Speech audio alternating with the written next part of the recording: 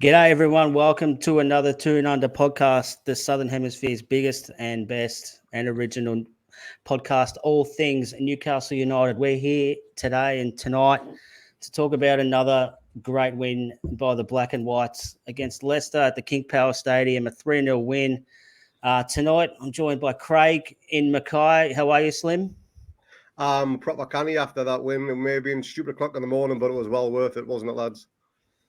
Absolutely. Oh, for sure. And Mark in Brizzy, how are you, mate? Oh, I'm doing well. As Craig said, it wasn't exactly early doors that game, but definitely worth staying up for. I was buzzing afterwards as well, so literally couldn't get straight to sleep. Probably 4 a.m. by the time I actually got to bed and actually crashed. So struggling a bit today, but definitely worth it. 100%. They were much better after win. So yeah, it was a 2 o'clock, the 2 a.m. kickoff for us in Victoria. So unfortunately, I had a bit of a night out, so I missed it. Watched it this afternoon, but they are definitely the worst kickoffs, the 2 a.m.s after a win. So it's about 4 a.m. by the time the game finishes. If you win, you're buzzing, you're lapping up all the socials. The next thing you know, it's 5:30, and you're wondering, is there any point going back to sleep again? But yeah. So yeah, I'm in Melbourne, absolutely sweating like a Macam in a maths test at the moment. It's 8:37 at night and it's still 35 degrees. So yeah, if I start shining in my forehead, it's not light or anything. It's genuine perspiration. So I'll wipe it. I've got a fan on, so hopefully for those watching, that sort of saves me a little bit. But we'll move into the game. We'll move to the pre-game because this is a very interesting pre-game. I was thinking, especially sort of after the Bournemouth game, whole World Cup thing. We'd never really stopped a third of the way through the season, and it wasn't just us. Everyone had to do it, but I was really interested to see how we would respond as a team after that long break and stuff like that. Craig, what were you thinking going into the game? Were you, I don't know, not apprehensive, but were you a bit sort of wary of how we might play and how things might go, especially given the way the Bournemouth game went? Yeah, absolutely. And especially with the form Leicester have been on before the break as well. I know we were on good form, but a break can either do you the world of good or can be detrimental to your form. And luckily for us, it was the first option of that one. And I think everybody was a little bit nervous what type of performance are we going to pull out. If it was anything like it was against Bournemouth, I think we would have got turned over. But thankfully, Eddie got his tactics, his training session nailed down to how it should be, right to the letter T. And it was an absolutely dominant performance. Yeah. Mark, how are you pre-game? Even just not so much directly, maybe in between, maybe seeing the lineups and the end of the Bournemouth game. How were you sort of thinking this was going to go? Oh, look, it was one of those games that could have gone either way. The Bournemouth game didn't fill anyone with a great deal of confidence. We didn't exactly play well. Bournemouth held a deep line, kind of played into that worry I think we all have about how we manage those sorts of teams who are just going to come to St. James's Park and park the bus, so to speak. Now, we've got a few players now who are capable of threading the needle, but it's always that thing of, did that performance come because Bournemouth were happy just to sit back and we still need that little bit of extra oomph or sort of creativity? Or is it just that, we suffered a little bit because of that break and we've lost a bit of that momentum, and what's that going to take into the Leicester game? But, look, I think Eddie Howe, being Eddie Howe, is probably looked at that Bournemouth game and went, you know what, we were pretty sloppy in passing. I guarantee they were working on their passing in the week.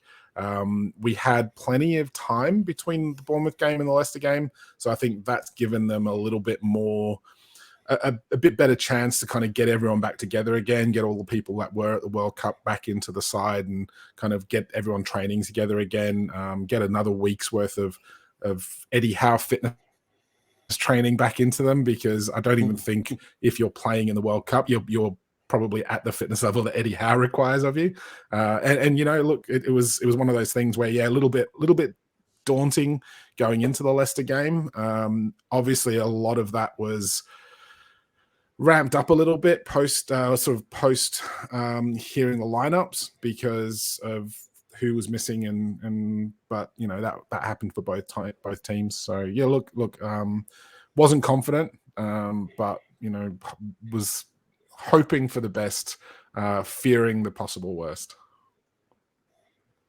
Yeah, I think I was the same. The Bournemouth, if we hadn't had the Bournemouth game, I think I would have been pretty confident. But that Bournemouth game, just everything felt so hard to do, and it felt just a real sort of lack of energy, and it was a slog, just shit game. It was just a shit game, and I'm thinking, oh no, like, are we rusty? But yeah, as we come to find out, that was the blowout that everyone needed, and we were really, really good after that. But great segue, Mark. We'll jump into the lineups now. We'll start off with the home team. So yeah, we had Ward in goals, Castagna, Amati, Face, and Thomas as a back four. Dewsbury Hall, Samare, Yuri Tillemans, Pratt, Barnes, and Daka up front. No Madison, so he didn't feature for their League Cup game midweek as well. There was question marks about him all week, but Craig, no Madison in the side. Were you happy to not see him there, or were you rather in play so we can get one last look at him before we launch a bid in January? Absolutely glad to see him sat in the stands, because that man is danger all over, especially the form he is against us. His record is pretty decent. So I'm really glad he wasn't there. Plus, it was good to see him in the stands. And I don't know whether just my TV, but he seemed to be wearing a black and white hoodie. Whether that was just me, but whether that was a little sign. And that hoodie was made by Disney, so maybe fairy tales about to come true. We will see on that one come 1st of January. But not Madison not being in the starting lineup or even on the bench is a massive bonus to any opposition, just purely for the threat that he carries throughout the whole 90 minutes. Yeah, well, I'm pretty sure that the PIF have a little stake in Disney as well. So join the dots. He's definitely he's definitely going to be with us in January. Mark, with no Madison there, was there anyone there that you'd sort of not scared? That's probably not the right word, but was there anyone you were cautious of or concerned might run amok in that Leicester lineup? I think the three standouts are Dewsbury Hall, Tielemans, and Barnes. I'm actually really impressed with Dewsbury Hall and Barnes. I think those two players, if Leicester do continue to struggle, they'll be off elsewhere. They're way too good not to be playing in a European side. Tielemans is a weird one because, he's when he's on his game, he's absolutely top class, but hasn't really been hitting that since his decision to I think he's pretty much guaranteed to move in if not in January, on a free transfer in the summer. He's made it clear that he wants to be away. Now, whether or not that's affecting his form, I don't know. But, look, no Madison, huge boost for us. But they've still got a lot of quality through that side. And, it's one of those things where if you have someone like Vardy who, he's getting old, but, coming off the bench just as an impact sub, there's danger through that side, and I think it was never going to be an easy game, like on paper. So I think like what Craig said, they obviously started off really, really poorly at the start of the season, but their form before the World Cup, they actually really picked up, not picked off, and they were getting some quite good results. So there was always that sort of fear, I guess, of which Leicester are we going to get? Are we going to get the start of the season or just before the World Cup break Leicester? So, yeah, I'm still not sure which one we got. I'm not sure if we were really good or they were really shit. It might be a little bit. I want to touch on that when we start talking about the goals and the overall game, because I don't feel that we're getting the credit that we probably deserve. I think it's always they've played badly. It's not that we've made them play badly and we've played really well. And that's starting to a little annoy me a little bit more than it should, I think. Yeah, we'll jump over to our side, which was pretty much unchanged from the Bournemouth League Cup game. We had Pope in goals, Trippier, Shar, Botman, Byrne, as a sort of back 3, back 4, depending on when we have the ball. Bruno, Longstaff, Willock in the middle. Miggy, Joelinton and Wood up front. Obviously, Wilson was the main concern, especially sort of after the League Cup. So Eddie didn't mention anything about that in the press conferences. I'm not sure if he was being a bit facetious because he was asked about an injury update, and all he sort of mentioned was Isak and things like that. So if someone had asked him about an illness update, maybe he would have given something about Callum Wilson. So I reckon he was maybe a little bit of ducks and drakes there. But did you guys feel any different when you seen the team sheet and Wilson wasn't there at all? Oh, for sure. I think Wilson out immediately raised concerns about we always play better with him in the side than without it. Let's put it that way. So not having him there, and I was hoping Shelby would be starting to sort of push his way back in the side as well. So not having Shelby there as well, and apparently he's now out injured for some amount of time, calf injury or something like that. I read. That's not good news for him. I think he's worked hard to kind of get his way back into the side. He's obviously worked really hard in his fitness. He's keen to get involved. So, sort of best wishes for John Joe in terms of his injury recovery. But, yeah, look, I mean, I like Chris Wood, and I don't like the amount of criticism that he gets. But we play better when Wilson's in because he's more mobile up front, and it's as simple as that. So not having Wilson there, there was immediate concerns, kind of tempered by the fact that Maddison wasn't there for Leicester, but still have to worry when your main sort of target man and your main link-up player isn't in there. Yeah, Craig, I'll come to you now. No Shelby on the team sheet was maybe a bit of a surprise after midweek as well. He made an appearance. So, by all reports from our friend of the pod, Chris Woff, he's going to be out for 6 to 8 weeks. Do you think that sort of plays into a bit like Wilson was in the summer transfer window and makes us buy a midfielder now? Well, I actually mentioned that just as the news broke, or we were reading the team sheets out just before kickoff, whether it's going to accelerate plans for the winter transfer window. Because if you think it was very similar time to when Wilson got injured again in the Man United game. I think that was just after Boxing Day last year. And no one really knew the extent of his injury, but we knew we needed a striker. Now, we're okay for midfielders to a certain degree, but if we drop one more, then we could be in trouble. So I do think we need another midfielder now if he's going to be out for any period of time. We don't know if there's going to be any setbacks or anything like that. Hopefully there's not. But yeah, somebody with a little bit of experience that can come in, maybe happy enough to sit on the bench for a few games, make the odd cameo appearance, that type of thing, even if just a loan, something like that, until the summer comes through. But we are looking a little bit light in midfield if one more does go down. Yeah. Also, he done that interview pre-season with his contract where he might have been 4 starts or something to trigger that automatic renewal for next season. Now, obviously, he still hasn't hit that trigger yet in another 8 games. 8 weeks.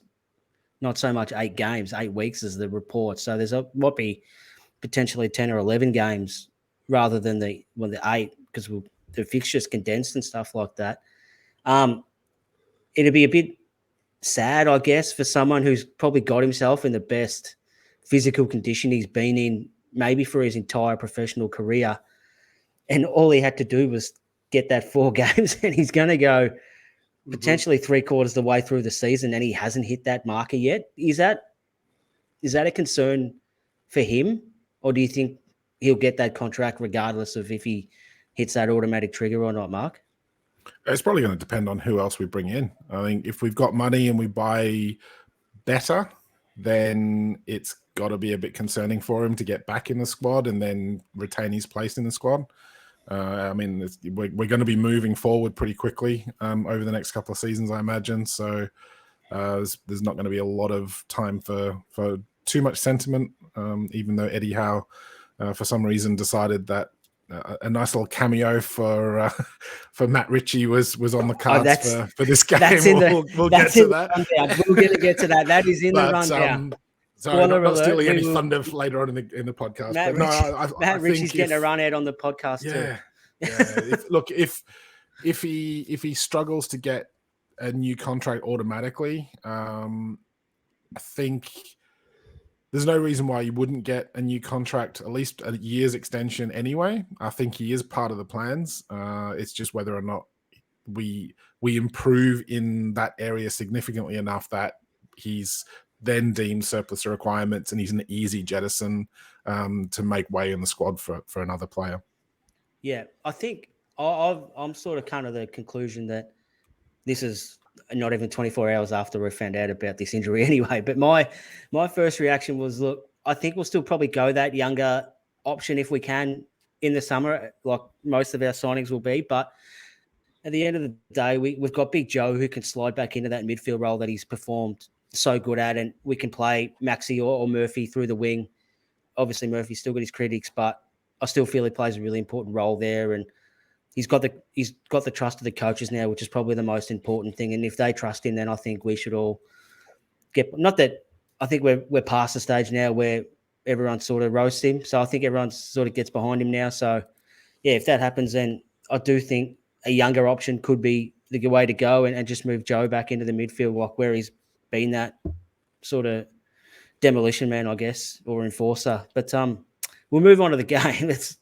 We've gone 16 minutes and not actually got to the first whistle yet. But the game started in rollicking fashion. It was a minute and a half of just chaos, really. But our first real attack, Willock sort of got played in down the right and overhit a ball to Longstaff, which was gathered by Ward, who fed it out to Face, and his pass was under no pressure and completely missed. I'm not sure who it was. I'm not sure if it was Amadi who he actually tried to pass it to in the first place, but it missed him by a meter, probably not even a 10-meter pass. It missed him by a meter, which sort of allowed Bruno to pinch in, and there was a bit of a scramble at the edge of the box, and Joelinton got played in. And got absolutely scalded on the way in, like the most clearest penalty you could ever get in your life. And it's a minute and a half on the clock, and we've got a penalty. And I'm thinking, wow, like you couldn't have asked for a better start. But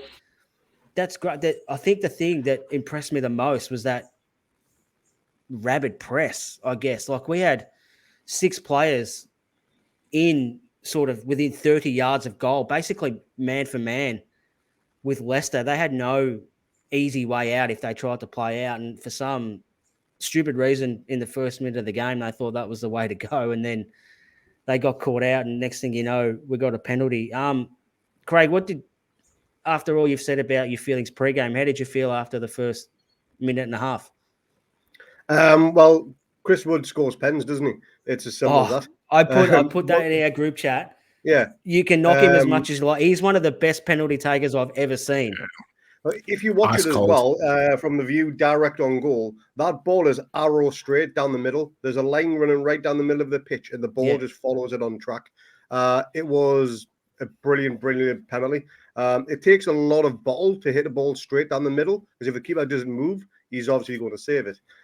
So credit where it's due for Chris Wood. He's scored some very important goals for us, and that was definitely one of them. But yeah, Mark, he hits his penalties with bad intentions, doesn't he? I think even if the keeper didn't move, the keeper's probably going to end up in the net the way he hits it. But he smashed that. And actually, on the commentary that we had, I'm not sure if everyone else around the world gets the same feed as what we do, but they actually mentioned that's the third penalty we've had this year. And we've actually had 3 different scorers for our penalties. So do you know who they are, Mark? Wilson scored 1, Isak scored 1, and Wood scored 1. Yeah, you go. I've got a gold star next to your name on my whiteboard now. Well done. I watched the same feed as you. I heard them talk about this. I didn't know what you meant. It's 2. I was going to say 2. It's about 2:05 in the morning. I'm not sure exactly how awake you were or what your memory was like, because there was a fair bit that happened after that goal as well. So I was just thinking you scored too early here. Yeah, you got extra star for paying attention and remembering as well. So well done to you. Craig, I know you would have said the same thing, so I'll give you a star as well on my chart. Thank you very much. Yep.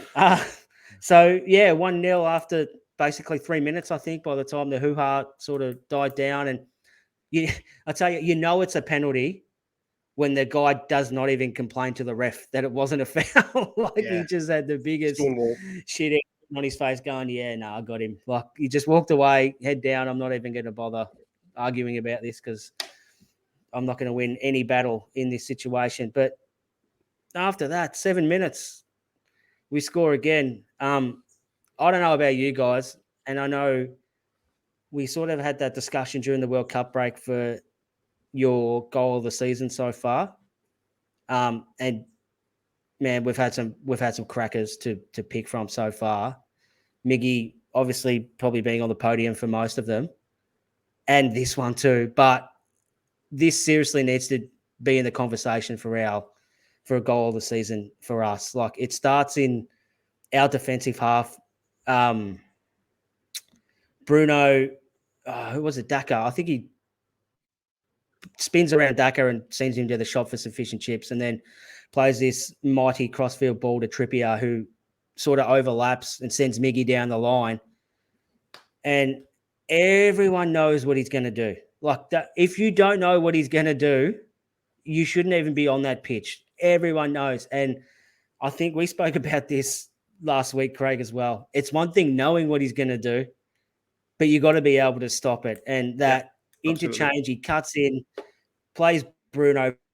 Bruno plays the most sexual weighted pass you've ever seen in your life. Miggy just continues his stride and just rolls it past Ward into the far corner. Craig, what were you like at about 2:10 a.m.? Oh, no, it was 1:10 for you, actually, because you got behind. I was walking around like that, to be honest, like a human tripod. Probably still am now, to be honest. Not that anyone could tell. But, it was genuinely, as far as team goals go, it was up there with his volley against Fulham, with a little chip pass from Bruno as well. Trippier was involved in that play too, I think. It was just, there was no break in play. There was no break in stride or anything. It was literally like a knife through butter. It was genuinely a breathtaking goal. And it won't get the credit it deserves because it wasn't scored by Haaland or anybody of the big striker names or anything like that. It's just Miggy Almiron, who's having a lot of people saying he's going to be a one-season wonder, that type of thing, and he won't be able to continue into the next. But let the man have his credit. He thoroughly deserves everything he's getting right now. The man's on fire, and he will make the Premier League team of the season if he continues this up. He couldn't get player of the season, as I mentioned earlier on. Why not? The lad's on fire, and it was an absolutely stunning goal.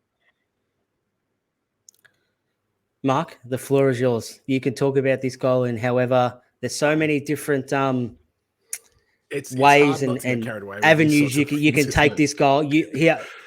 The floor is yours. You can talk about whichever part of this goal you want. If you want to talk about the whole thing, you can talk about the whole thing. You cannot isolate one single part of that goal. It was the ultimate team goal. Like, they worked it from the back. It was straight up the side. The joy we have on that right-hand side with Trippier, Miggy, and Bruno, kind of sort of that little triangle in that area is just outstanding for us. Potentially one of the talking points on the left-hand side is we don't really have that same fluid movement and passing. Joelinton's doing really well there, but I would prefer to see him in midfield. But and then sort of another player, and I don't know if Maxi's going to be that player because I don't think Maxi plays the way that Miggy's playing with Trippier at the back. And we don't have that same overlap with Burn either. He's not a quick, mobile left back, let's be fair. But look, to be playing that sort of ball along to Miggy, runs onto it down the right-hand side, as you said, it's like you're never, ever going to see him go, oh, I'm going to go down the right. I'm going to go down the outside and then ping the ball in with my right foot. I'm going to skin him down the line. Never. No, it's never going to happen. He's always going to cut in on his left. And if anyone only needs a peg for his other foot, it's Miggy, because he doesn't have a right foot. And we saw that in the cup game when he missed that sitter with his right foot. So, yeah, look, I mean, he cut in, left his... he basically had two defenders go to him. That's how much of a threat he was obviously seen as. He's blazed past them, got into some space, played a nice little ball through to Bruno, and Bruno could have easily grabbed that ball and moved on, but he literally fed this pinpoint pass straight through. Miggy's run hasn't even needed to break stride. It's just landed straight at his feet again. He's done another little sidestep to the left, curled it around the keeper, straight into the bottom corner, and it was just like, yeah, that is something special. That was something special. Yeah, like I said, everyone knows what's going to happen. Like, I'm more surprised now because I know how hard it is to defend. I don't know. I've never done it, but I can imagine how hard it is to defend running backwards with a player with the speed and the sort of confidence that Miggy Almiron has right now. But the obvious thing for me would be when he plays that ball to Bruno, someone just come up and body check him, so they can't play that 1-2. You probably get a yellow card. Close that through ball off. Yeah, exactly. Yeah. Don't make them work for a ball as opposed to just leaving the lane there. And we know Bruno's good enough that he's going to be able to thread that needle. And it wasn't even a needle; it was like you could have driven a bus through it. Yeah. So like you might earn yourself a slice of cheese, but it's better than the alternative. And the alternative is they're scoring nearly every time or getting a shot off nearly every time this happens. So, yeah, the more it happens, the more happier we get because we know we can see it unfolding 10 seconds before it's going to happen. And it's just, it baffles me why people don't try and do that. Like, it's probably the only thing you can do because you can't really stop him coming forward and with the ball at his feet and his close control. And like the one against Chelsea, even if he overhits it, we normally have someone else on the edge of the box, like Willock or someone who can clean up that overhit ball and get a shot away too. But here's a question for you. Yeah. Though. Having someone like Trippier who's able to take really good free kicks and is a constant threat from them, does that play into your thinking about we can't give a free kick away on the edge of the box, otherwise Trippier is going to nail us? Well, that's the James Ward-Prowse thing, isn't it? Don't foul him around the box because he can hit him. But I'd still take my chances with that than Miggy run through into the box, especially at the moment. Yeah, like Miggy on his left within 20 yards of goal is a problem. Like it's a big problem for the opposition. So, yeah, I mean, but having said that, Leicester's set piece defending hasn't been great all season. So, which moves us on to the 32nd minute, our third goal of this just wonderful first half that most of us had hoped for, but none of us really thought it was going to happen or it was going to be like this anyway. It was sort of a stupid corner to give away as well. Like Trippier wasn't really going anywhere and he just sort of backheels it into the Leicester player who makes no attempt to move and just happy to hit his leg and roll out for a corner. And then Trippier takes this, seems like an innocuous outswinger, but I think, Mark, you said Burn seems to be creating a little bit of diversion, I guess, at the front or the near post, sorry.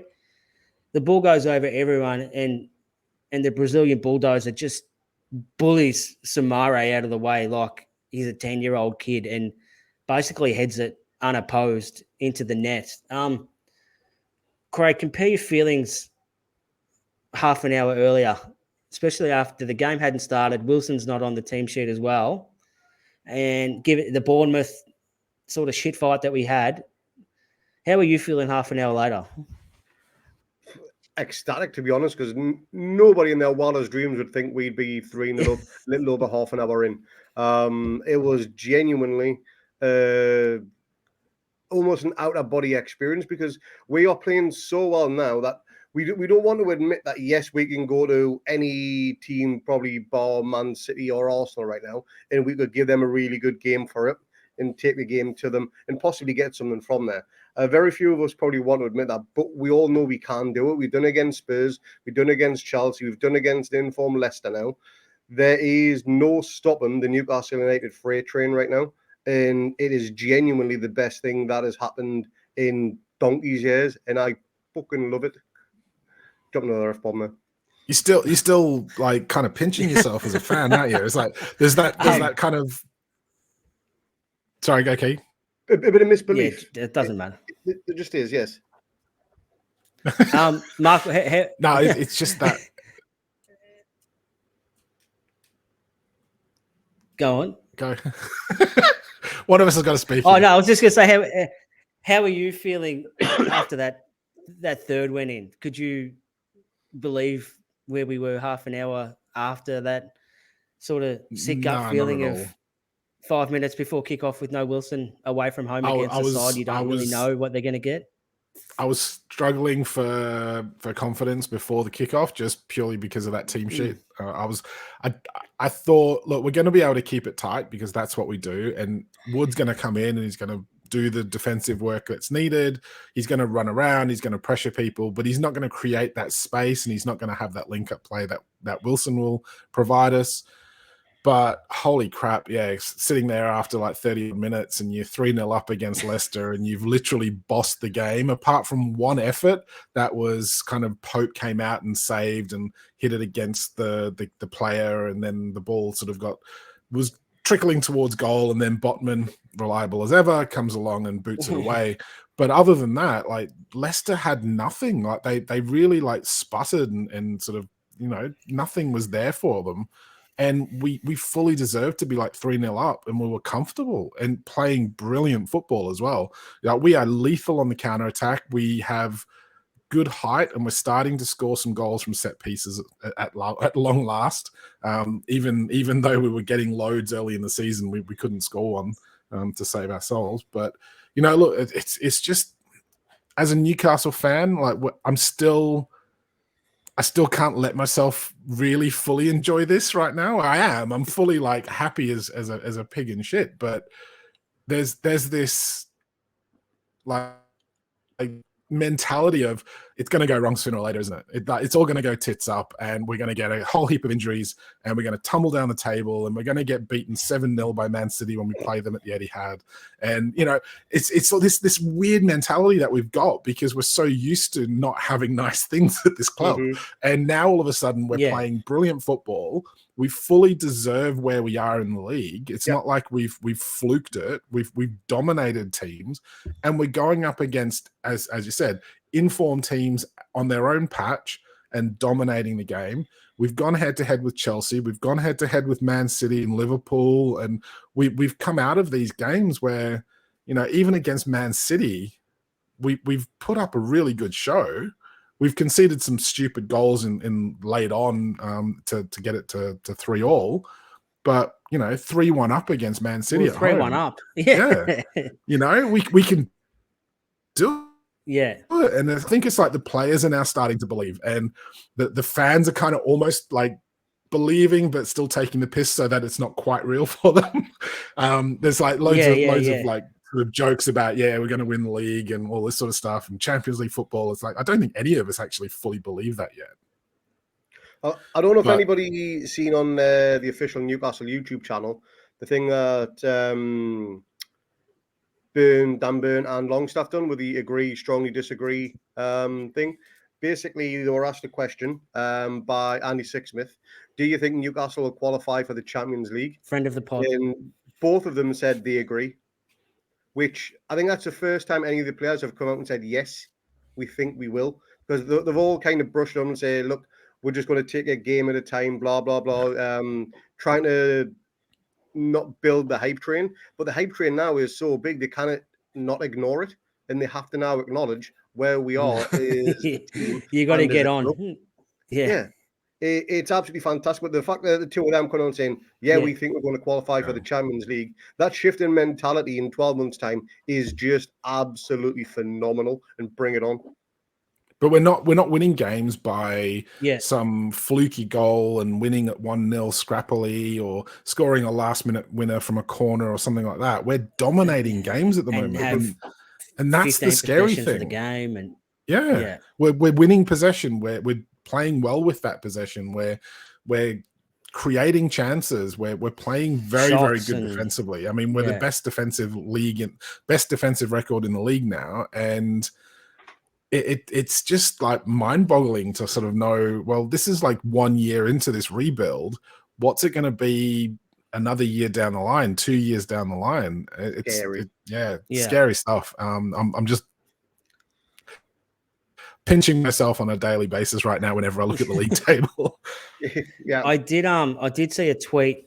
I'm not sure. I can't remember who said it, but I don't think they were a Newcastle fan because they didn't sort of refer to us as we. It just said Newcastle are in the Craig Bellamy, Emmanuel Adebayor stage of the Man City rebuild, and they're already second. So everyone's going to be fucked, or something like that. Yeah. So and I thought it's pretty accurate because we're, like you said, we're 12 months, just over 12 months into this whole thing, and like it's the way we're playing is. It's crazy to think where we've come from in a short space of time. I think Jack put a photo in our group for the actual calendar year. Like we're top of the Premier League calendar year table as well. So that's another indication. But even we've said this before when Steve Bruce was in charge and we were winning games, all the metrics and stuff suggested that this wasn't like it was basically we were tin-assing these results. Nothing was sustainable. We were correct. Bottom or near bottom of every sort of major stat, yet we were winning games. And like no one could believe actually how it was happening. And now we're winning games, but all these metrics, we're in the top 4 of all the major metrics. Like it's not a fluke.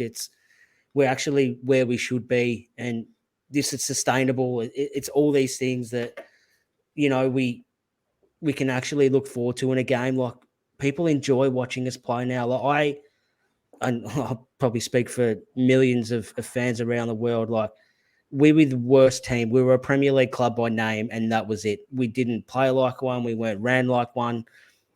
Now we've actually got people who care and who know what they're doing, and the whole attitude is just 180 degrees. Like people look forward to watching a game now and going to a game now. You can't get tickets for a game now. Like it's mental, and it's all because of Eddie and the players.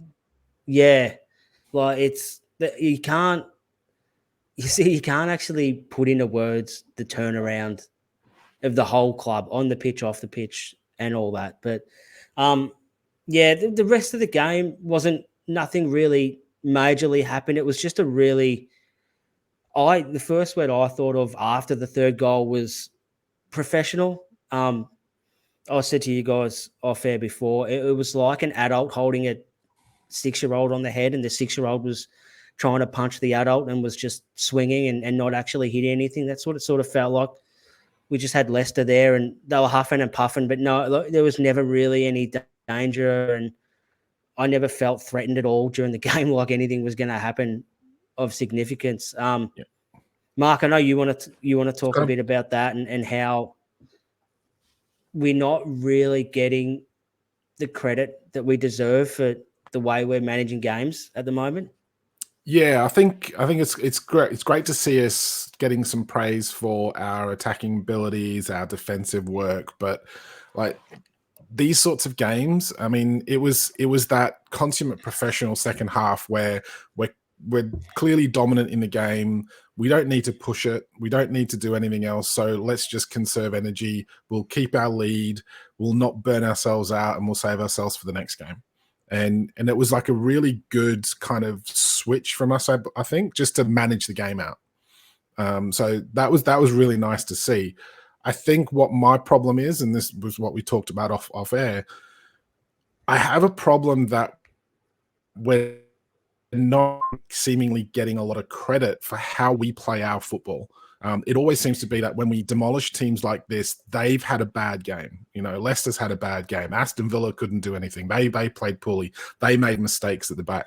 Nothing is there giving Eddie Howe, the players, and the club as a whole credit for what we're doing to put teams under that pressure, to create those errors, to win the ball back high up the pitch, to pressure them into not being comfortable on the ball and not having control of games. Even if teams have got dominant possession against us at the moment, they're not doing anything with it because we're closing players down. We're not giving them space to play into. We're hurrying them in their possession, and so they either pass backwards or they'll rush a pass forward. They'll misplace balls, and it's really good to see from our point of view because it's our way of playing that's creating these opportunities for us. It's not just that the other team plays badly. We're causing these teams to play badly. And there needs to be that distinction between, this team's just had an absolute mare today and they fully deserve to get absolutely whooped. Or, Newcastle have actually pressured this team. They've played really well and they've forced these errors. And that's what they've done to win the game. It's not that Leicester's lost the game. And that's something that I think we need a lot more credit for from the media. We are starting to get talked about in serious contention for, Champions League spaces, future European spots. Maybe we'll have a good cup run and we might get to a cup final or whatever. They're starting to kind of come around to that mentality, but very few in the media are actually giving us the credit. There's a lot of talk about making excuses for the other team. And I'm a little annoyed at that, I have to say. Give credit where credit's due. There comes a time there comes a time where people have to realize there's a reason why every team has a bad day against us. Like it's not a coincidence. We'll take away what you're good at, and we know that you can't handle what we have, and that's what they do. They push you and they probe you. They take away what you want, and you have to try and figure out a way to get around it. And I mean, for the last nearly the whole season, there's not many teams who have had a way around it. They just can't figure out, or they might figure out, but they can't actually do anything about it. Bobby's just actually chucked a thing up in our group chat. We've conceded 2 goals in the last 9 games. Like that's ridiculous.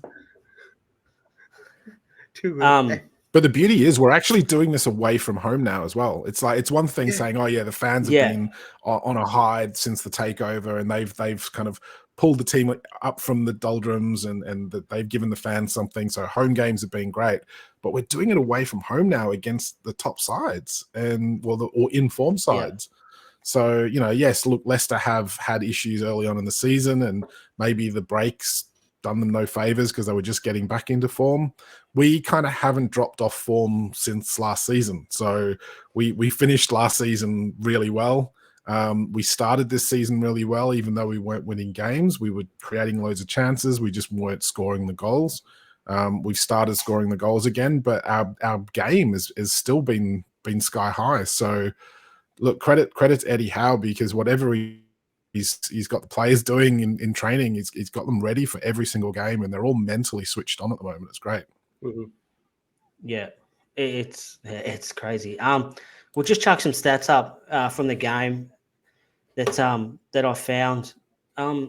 So possession was basically 61 to 39. I think we sort of cruised a little bit after that third goal, and like you said, Mark, we just managed the game. We sort of let them huff and puff without actually having any threat on our goal at all. I think a couple of the ones they did have were offside anyway after the third. So we had 12 shots to their 8, 5 on target to their 2. Clear-cut chances, we had 2, they had 0. 5 corners each, 3 offsides to 1. Aerial duels was a big one. They had 38 aerial duels. We had 61, so just nearly over double. Fouls committed 9, which we definitely noticed towards the end of that game, or probably halfway during the second half. They started getting a little bit frustrated, I guess, with their inability to sort of pressure us or force us into any kind of panic and stuff like that. And they started to get a bit niggly with their fouls. And I thought the referee, Jared Gillett, definitely could have thrown a couple of slices of cheese up there just to try and dissuade them, I guess, to stop them fouls. He sort of, I wouldn't say he lost control of the game, but he definitely wasn't protecting players. Yeah, he definitely didn't manage it very well from a health and safety point of view. Like, I think we were lucky that we did get out of it. Okay, they were the sort of main stats. Anything jump out, you two, with the stats, or it's sort of as you thought, as your eyes sort of told you the game went? Yeah, I think we were dominant in most of the categories where it counted. I was surprised our possession was quite that low. Clearly dictated a bit by the second half, definitely, because we weren't interested in getting the ball. We were just, Leicester were up for it in the second half. I'll give them that. They kind of clearly came out trying to do something, whether that was kick players in the arse or actually win the ball and score a goal. It was difficult to tell at times, but they did at least come out with a bit of fire and tried to do something. And Newcastle just sat back and went, you know what, we'll let you have it and we'll just soak everything up. We're 3-0 up. We don't need to push for the game. We don't need to try and score another one. We'll just come back. We'll conserve energy and we'll see the next game. So interesting to see that stat. Yeah, but Craig, anything? The rest of them, I think, are pretty. Yeah, it was just to Craig, anything what for you there, mate? Mark said. Yeah, it would just conserve energy. It was a very smart tactic, very smart play for the last half an hour or so. We literally took our foot off the gas. It just sat back, absorbed everything, and nothing was over-threatening. Vardy came on, had an injection of pace, had 1-2 chances, but as you mentioned, they were offside. So holding a nice defensive line with that one. And there was never any one point where we thought, you know what, we could be under serious trouble here. They get one back, then they could get a second and so on. It just didn't seem like that. And there's not been a point maybe over the last 10 games where I've even thought about that at all. Not even the Spurs game when they pulled one back when we went 2-0 down. I just thought, we're very comfortable here. We can hold on to this, not a problem.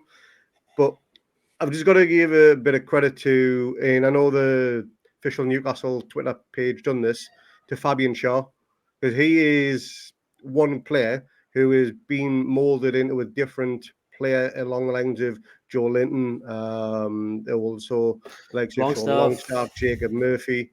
Fabian Shar is definitely up there, one of those players who has benefited from how coming into the club. Because you've got to remember, Fabian Shar was on his way out of this club as well. You only had 6 months to go. He could talk to other clubs if he wanted to.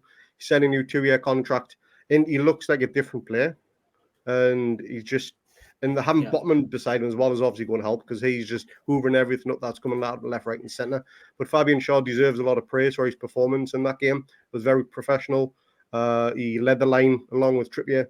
And if we can get another 18 months out of Shar before he maybe moves on or retires, then he's been one hell of a signing for $4 million we paid for him. Yeah. Benitez got him, I think, $4 million. That's one hell of a player for that price. It really is. Wasn't even that. Yeah, it wasn't a lot of money, that's for sure. I think no, it was 3.5 or 4, definitely around that area. But just before we go to the table and stuff, I think one of the sort of signs, I guess, of how much we're in control of the game, we were able to bring Matt Ritchie on for a little bit of a run out. Could any of you believe what you'd seen when you seen the sign up with number 11 on there? Nah, no way. I think we're all hoping, we're 3-0 up. This is going to be comfortable. Let's get Anderson on, get him a bit of game time. Yeah. And then Matt Ritchie's number comes up and he's going, what now? Yeah, I love Matt Ritchie, and he's been great for the club, but he should not be playing games for us right now. No, he was still barking orders though when we're 3-0 up. He was still shouting at the players and everything else. The man's just got the tenacity of a pit bull, even when we are cruising. The man obviously loves the club, and as a fan base, we love him as well. But yeah, I think you're absolutely right. His time for the club has and will slowly come to an end. Maybe this January in the summer, I think he's contract. I would love to see him. Yeah, I'd love to see him sign as a kind of maybe 1-year deal as a player coach or something, and then join the coaching staff, because I think his influence in that side of the game has been huge for us. And even when Steve Bruce was here, I think he was one of the mainstays of holding shit together when it probably was falling apart. And then when when Howe's come in, Matt Ritchie's just been that rock in the dressing room. Apparently it was like the last home game last season. Apparently he went out and had a look at the fans and everything and walked back in the dressing room and went, right, if you can't get yourselves up for this and win this game, then you shouldn't be playing football. Yeah. So, he's obviously still a big figure in that dressing room. So, it'll be disappointing to see him leave, but his time got to come in sooner or later, I think. Were any of you hoping he was going to play up top when he come off for Wood? Striker. Why not? Yeah. I thought, please just play. That'd be an ultimate trial. But I will move on to one of my favorite things to look at over the last month, I guess, and that's no, it's not really. It's the table. Stolen from Pornhub. That is absolutely ridiculous. I should copy and paste the URL, but I don't want people to see my search history. So, yeah, Arsenal still top after their sort of come from behind win against West Ham. Eddie Howe's Mighty Mags temporarily second. I've got a feeling that might change tomorrow morning when we wake up. But it's fine while it lasts. So no matter what happens, we'll be back in third. A game and 11 goal difference points. They're not points, but 11 ahead on goal difference to fourth place Tottenham as well. So yeah, no matter what happens, and one full game now as well. So Tottenham's result with so ours, so we're a full game clear now. Yeah, better goal difference, which was kind of annoying. Brentford. Well, if you look at Man United as well, they've got 2 games in hand against us, but they can win both of those, and we're still top 4. Yeah, it will still be third. I think. I don't think they can. If they win both of them, they'll still be a point behind us. So, I mean, it's a great time to be alive. Stuff of dreams, man. It's great. Yeah, and like you said before, Mark, it's just you're at a point where you're just waiting for it all to turn to shit, and you don't want to stay on the roller coaster where we're up so high at the moment, and then we're just going to plummet and hit them lows again. You want to try and keep level-headed, and I think you're right. I think we're still in this sort of piss-taking stage of ourselves that, holy shit, we're actually second. Like, look at us. Like, can you believe it? But people are going, yeah, we can, and you're starting to annoy us now because you keep winning, but you're only there because of the blood money.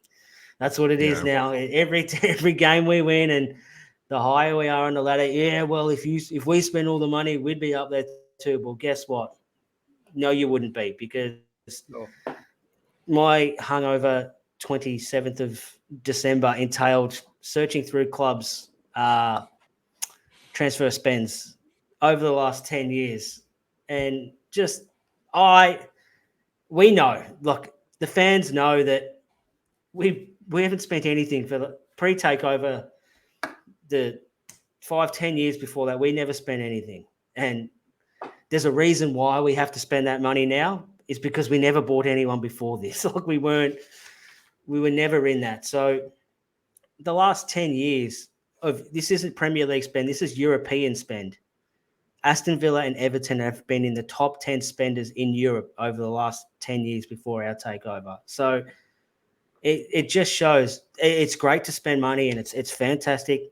And we are obviously fortunate enough now in a position where we can spend the money, but you've still got to get the right players in. It doesn't matter who you get in or what you spend it on, they have to fit. And fortunately for Aston Villa and Everton, use these guys as an example, like they seem to think that they're around the same sort of positioning as us as a club in whole. It just shows that you can't just buy your way to the top. You have to spend your money, but you have to spend it in the right ways and stuff like that. And even the last 5 years pre-takeover, Aston Villa had spent 311 million on players. Everton had spent 273 million on players. We'd only spent 144 million on players. And the reality is nearly half of that money was for Miggy Almiron and Joelinton, who 12 months ago, if they got sold in January, I don't think anyone would have bet. I reckon that fans probably would have been happy that they were gone because they were shit. And it's harsh, but it's reality. Like, he was the biggest waste of 40 million ever, and Miggy's no good. He can't finish his dinner, blah, blah, blah. Craig, I know you're as petty as they come, and that's one of the things, apart from your hair, that I love about you. How do you feel when you scroll through Twitter and you start just swimming in tears of opposition fans that we've spent money?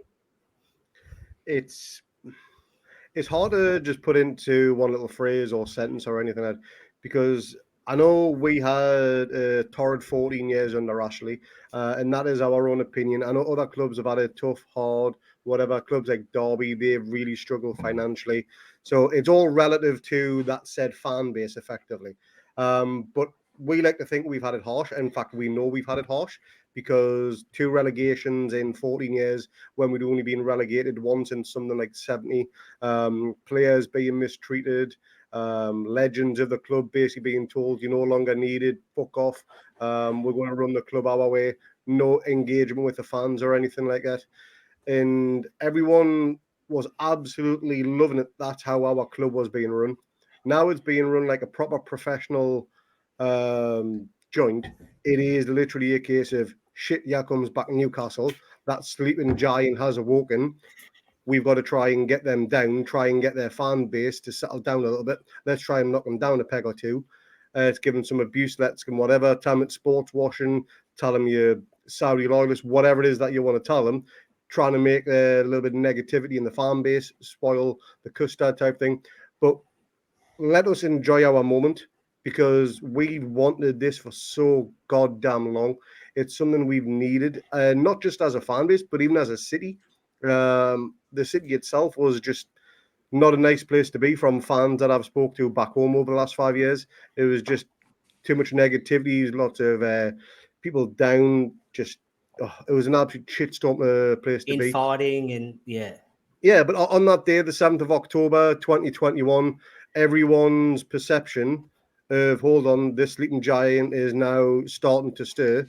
This sleeping giant is just getting out of bed, putting on his socks, and he's going to put on his boots, and he's going to start kicking some arses very soon, if not already, because Premier League and the rest of Europe better watch out, because we are coming back big time. Yeah, look, Craig, I should have asked you this beforehand, but I'm going to take it you're not a great swimmer. I don't think you don't strike me as someone who's a good swimmer. I don't know. There's probably... This is genuinely hilarious. I do swim like a brick. However, I do have web feet. So explain that one. Yeah. What I was going to say was, if there was an Olympic sport of swimming in opposition tiers, you'd be a gold medalist in that, I reckon. Absolutely. Yeah. Yes. No doubt about it. 100%. Last thing, actually, man of the match, before we sort of move on to something else quickly. Mark, who'd you have? Who was your man of the match? Sven, all day. He was absolutely immense at the back. He was fantastic from start to finish. Just marshaled that defense. Yeah, Botman for me, definitely man of the match. I know, didn't score a goal, but he didn't lose. And this is the stat that we were talking about before the game, before the podcast, was he didn't lose a challenge, didn't lose a battle on the ball for the entire game against Leicester. That is just insane. And he's 22, 23 as a centre-back who's just come into the new league. Everyone was saying how he was slow and he's going to get found out by the extra pace. And, he is literally taken to this league like a duck to water. He reads the game so well. And I think the Leicester game was just summed up him as a player for us right now, where he's so calm on the ball, dominated the defense, created problems up front. For me, he is outstanding. And I think this is probably one of his best games for us since he's joined. Craig, who gets your 3 votes, mate? Botman and Shar as a joint. One and a half each.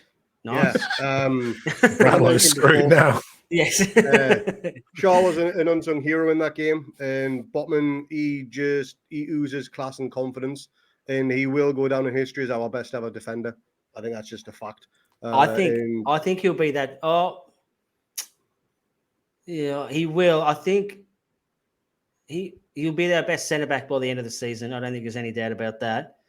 I just think Trippier is ridiculous. Like, his defensive stuff and what he's brought to the team in 12 months has been phenomenal. But I think definitely in 2 or 3 years' time, Botman will be our best defensive player. I think definitely. I had Bruno. Obvious. I agree with the.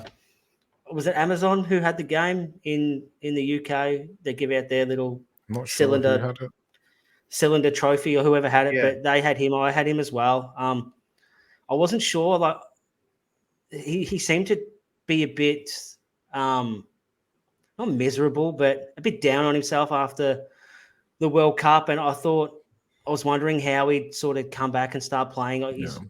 He's gone from the highs of being picked for his first World Cup, get on the pitch, and from some of the stuff we read, he seemed to be a bit of a whipping boy in Brazil by the end of it. And I think that really affected his confidence, and he didn't play. And I wasn't sure how he was going to come back and if it was going to take him a couple of games to sort of come back to the Bruno that we had before the World Cup. But I thought his performance, he was back to that straight away. I think Eddie must have given him a big cuddle and let him rest on his pecs maybe for a little bit and sort of made him feel good about himself. And he was bad. He was everything. He was everything you want in a central midfielder. He can defend. He can attack. He can fill holes. He's everything. I can't celebrates his last minute ditch tackles with a massive as we just won the cup or something. Yeah, a big double cobra to the Leicester fans after a tackle, which they didn't seem to like. But stiff shit. Don't be so shit. I don't know if anybody seen this, but on social media, when Bruno was holding his match of the day award, his match of the man of the match award, sorry, he was standing next to, there's a mural on the wall next to him. And James Maddison was on that, on that picture. And somebody put, he's standing next to James Maddison. And James Maddison actually liked that tweet. He liked the tweet, yes. I did see that. So that would have sent social media into meltdown. It's happening. Stuff like that over the next few days is going to be absolutely biblical. And I cannot wait for it, because the transfer window, as much as we hate it, it's also a fantastic month as well. It's going to be a circus, isn't it? It really is. I know everyone's like playing all of the transfer gossip down, and Eddie Howe's saying, no, we haven't got any money, financial fair play is restricting us, and all this sort of stuff. You've said that twice. It's still going to be a circus. Both times. Yeah, exactly. It's like nobody believes you anymore. Would not surprise us if we spend another 100 million, just like because we can. But yeah, it's still not going to stop any. Even if we have no money, it's not going to stop all the speculation and agents speaking to the media about their player and using us as a way to jack up prices or generate interest and stuff like that. So bring it on. January's going to be mint. In terms of January, I mean, in terms of getting funds, even our sponsors have got sponsors now. We've had that many different things come over the last few weeks or so. As Lee said, I'm waiting for the world's first bootlace shoe sponsor, and it'll be the tea lady will be getting sponsors next. Womandy will just be walking around wearing Gucci, just like Max used to with his headband, and she'll be sponsored by them or everything like that. We'll have halftime parades with camel racing or something or whatever it's going to be. But our sponsorships are slowly racking up, and that just means more of that, and that is better for the future of our club. Plus the 100 million prize money we got for winning the mid-season tournament. I still can't believe the bloke who organised that tournament, who was the head of Saudi sport media, whatever it is also on the PIF board. You tell me there wasn't big prize money involved in that. It's fantastic, isn't it? It's so good. Craig, can you stop saying shit like this in case someone listens to us who shouldn't be listening to us and they dob on us and we can't do that anymore? I've just got this vision of Maxi sort of having the conversation with Eddie, or maybe Meerdad, or it might be Dan Ashworth, and they said, "Look, mate, we're thinking about moving you on in January. Not sure how you're fitting in." And Maxi says, "Look, I can get us Helios bootlaces sponsorships worth 10 million. Can you just let me? Yeah, okay. How? What's your new contract? How much? How long do you need this contract for?" And then January 15th, Alan Saint-Maximin signed a new 10-year contract extension. January 16th, Helios, the new bootlace supplier of Newcastle United. Wouldn't surprise me. With Piff taking over Helios, buying them out the week after. Yes, PIF can now confirm the sale of Helios. The takeover will be immediate. Last thing, I was thinking about this today, and I've landed on my answer, and I'm pretty comfortable where it's at. Craig, you're around the same age as me. I think, Mark, you're in the sort of ballpark as well.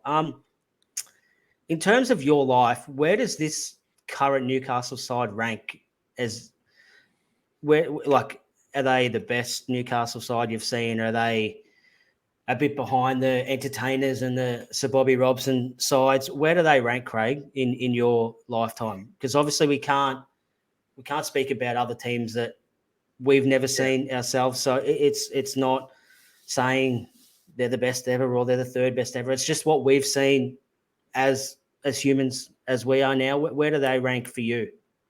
Well, with Keegan, with the entertainers, it was a case of you score 2, we'll score 3 type thing. Now it's literally a case of we'll score 3 and we'll shut the back door on you as well. You're not getting anything past us. In terms of teams being balanced, this is easily the best balanced team I've ever seen for Newcastle United. Maybe not in terms of attack and flair. We may have had better players, certainly better strikers. We've had a list of royally good strikers over the past few years in the Premier League for us. But balance across the entire starting 11, easily the best by far. It's funny you say that. Like, you look on paper and it's an easy conclusion to come to, but like, we've scored 3 yesterday, we've scored 5, we've scored 4 a couple of times. I think we've scored 5 twice already this season. Like, we're scoring a lot. Like, it's not on paper. You look at our side and go, "Oh yeah, I know. Look, we're really good defensively, but we just don't have the attacking players as maybe what the entertainers did, or the Sir Bobby Robson with Shar and Bellamy and Speed chipping in, Solano and stuff like that." But the numbers are we're scoring goals, and it's really good. Mark, I'll throw the same thing to you. Where do they rank for you?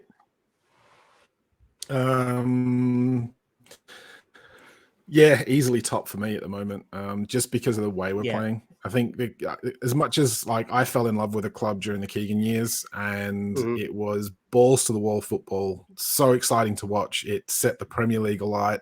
It kind of put Newcastle on the maps, so to speak, at that point. Like, as the Premier League was kicking off, it kind of certainly helped to put the Premier League on the map internationally, because the brand was grown off the back of this wonderful attacking flair that was in the Premier League for a while. And the Premier League's kind of mellowed a little bit over the years in terms of it's become a little bit more defensive based, it's become a little bit more controlled.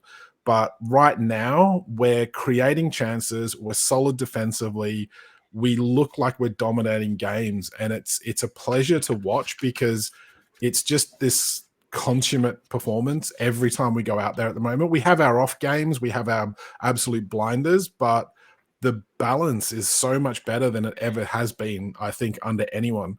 And that to me is key. It's not a case of, well, yeah, okay, look, we've got all this attacking flair and we're just going to try and outscore you. Great to watch, but, you know, not exactly the comfortable kind of wins that we're getting now because of the style of football that we're playing. I mean, we're playing some brilliant football and passing the ball around. We're playing the ball out from the back. Yeah, for me, it's a pleasure to watch us at the moment. And it's not just because we're winning games. It's because of the way that we're playing and how controlled we are and how much pressure we put onto the opposition as well. Yeah, I'm glad that you both said that because that was where I landed. It's the best. This is the best Newcastle side I've seen in 37 years. So, it's been in a 12 pleasure. months. Yeah, Fuck.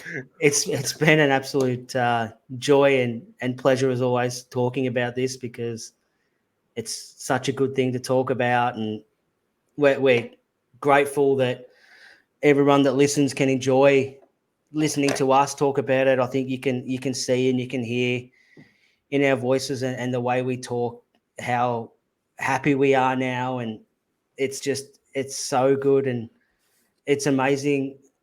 And life shouldn't be like this because at the end of the day, it's sport and we're just supporters. We have no control over winning, losing. We can't affect anything, especially when we're on the other side of the world as well. But the amount of happiness and how different your mood is after a win compared to the last 3-4 years before this, when you're just miserable all the time because we've been shit and there was no light at the end of the tunnel. It's amazing how something can make you feel so good that you have no control over it all. And I think that's what this club does for people. And I think that's why the fan base is why they are, because it's more than a club. I don't know what is more than a club, but it is more than a club. It's a life, and it affects your life positively or negatively, and you have no control or no say over it, and it's how you feel. And I'm big on telling people if they think they feel stupid about how they feel, I just say, look, you can't control how you feel. You can't be told how to feel. It's just how you feel. And now we all feel good. Newcastle United, a lifestyle nobody chose, but we're all happy to be with. Yeah. We didn't choose them. It chose us. Yes. Totally remember that. That'll do tonight, gentlemen. Thank you very much for your time. It's been a pleasure as always. Craig, you've put in a massive shift, mate. Hats off to you. Cheers, mate.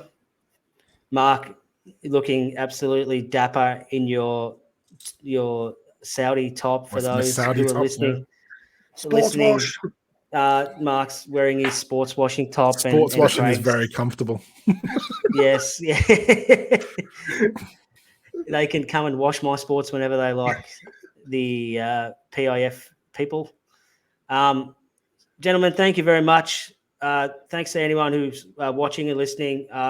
Be sure to give us a like, leave a review, comment. It all helps us. It all helps us get out there. We want as many people to watch and listen to us talking about this stuff as possible, because we genuinely believe that we do produce good stuff. And it's just good to listen to people who enjoy talking about Newcastle United. So, yeah, like, comment, subscribe, all them things. Tell your friends to subscribe as well. Mark, Craig, once again, thanks for your time, boys. We'll see you all next time. Have a good one, mate. It's been a great night. See you later. See you, everyone.